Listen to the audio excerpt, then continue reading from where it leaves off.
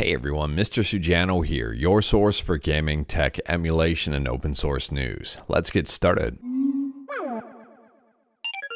Alright, we'll kick things off talking about Nintendo 3DS emulation with Citra forks Citra Enhanced, and Citra Enhanced just got a brand new update. So at the time of filming, Citra Enhanced version 1.1.0 is the latest update.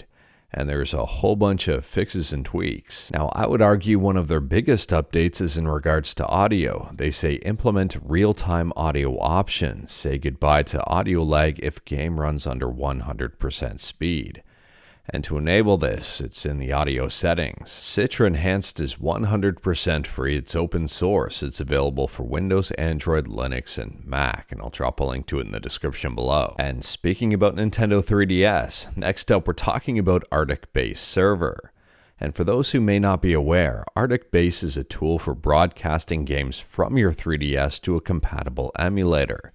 This allows playing your physical or digital games on an emulator without having to dump them. And fun fact, Artic Base just got its very first release. If you're curious about this and wanted to learn more about it, I'll drop a link in the description below. And if you wanted to see it in action, Pablo MK7 published a video of this on their YouTube about a week ago.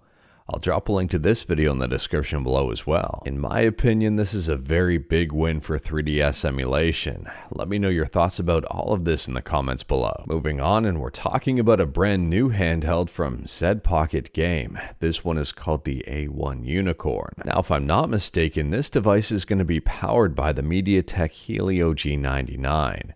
And it says here, one of the best D-pads you can find in the market. However, after watching these two videos, I'm not entirely sure I'm convinced on that. For example, they just missed a few inputs. For example, right here, they do the input for the Dragon Punch, and this one's absolutely fine.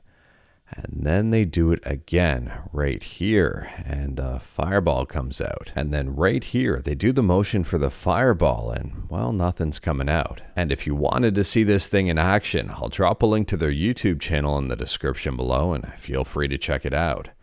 Interestingly, it looks extremely similar to the soon-to-be-released Anbernic RG Cube. And speaking about cubes, kind of, this is more of a rectangle. Retro Castle has just announced the Lava NES.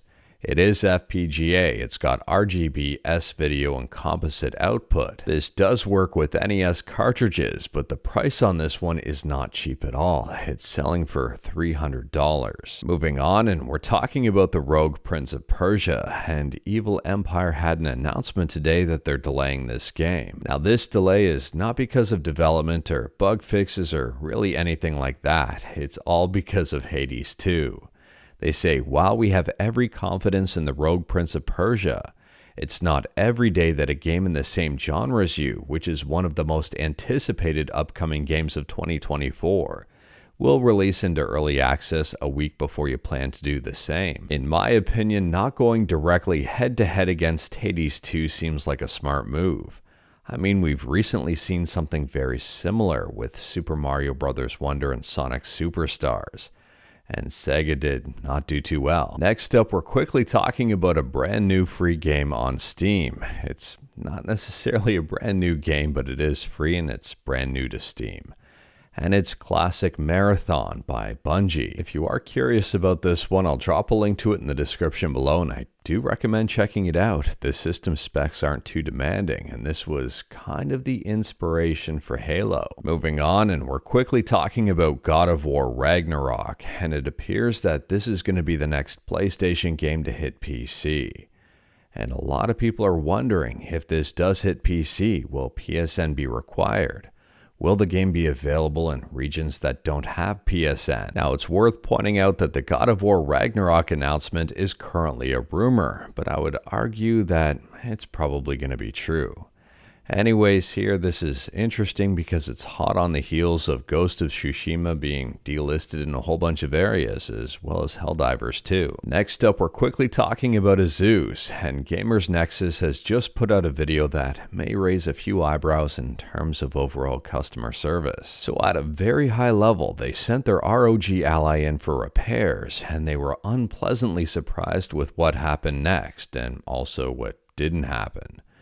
And they say here, scumbags, and also conclusion, stop buying ASUS if you want support. Now this video does not appear to be geared specifically to the Ally, but ASUS in general. I'll drop a link to this video in the description below, and I do recommend checking it out. Moving on, and we're talking about MedGui Reborn, which is a front end for Mednafin on Windows. So at the time of filming, MedGui Reborn version 0.125 is the latest update. It's the first update since the beginning of January, and this one has a whole lot of fixes. Now shifting from Windows to iOS, and PS1 Emulation is officially on the App Store with Gamma. Now Gamma is available for both iPhones and iPads, and in the app privacy section it does say it collects data, which has resulted in a little bit of a controversy. As far as I understand here, it should be safe. From my understanding as well, Gamma does not require a BIOS file. Again, I don't have iOS, so I can't check this one out myself. If you've tried Gamma, let me know your thoughts about it in the comments below. Next up, there's a brand new game headed to the Neo Geo. It's called Captain Barrel, and they just released a trailer for it over on YouTube. I'll drop a link to it in the description below. This game will be released at some point in 2024, and they say it's also being ported to the PSP, Dreamcast, and PC. And speaking about videos, last up here we're talking about a video from Modern Vintage Gamer. And the video is called Xbox Has Lost Its Way. MVG touches on a whole bunch of stuff in this video. Xbox leadership, the all-digital future, Game Pass, Tango Gameworks, Arcane Austin, and even more. If you've got around 13 minutes to spare, I recommend checking out his video. I'll drop a link to it in the description below. He even talks about why he canceled Xbox Game Pass. But anyways, that is all I've got for you in this one. Straight to the point, all stuff and no fluff. I heard you loud and clear about making my camping videos longer, so I'll try to do that in the future. We talked about a bunch today. Let me know your thoughts about absolutely any of it in the comments below. If you like this video, leave a like. If you didn't like this video, leave a like. Hit that subscribe button, check out my other videos. Don't tempt fate, save your state.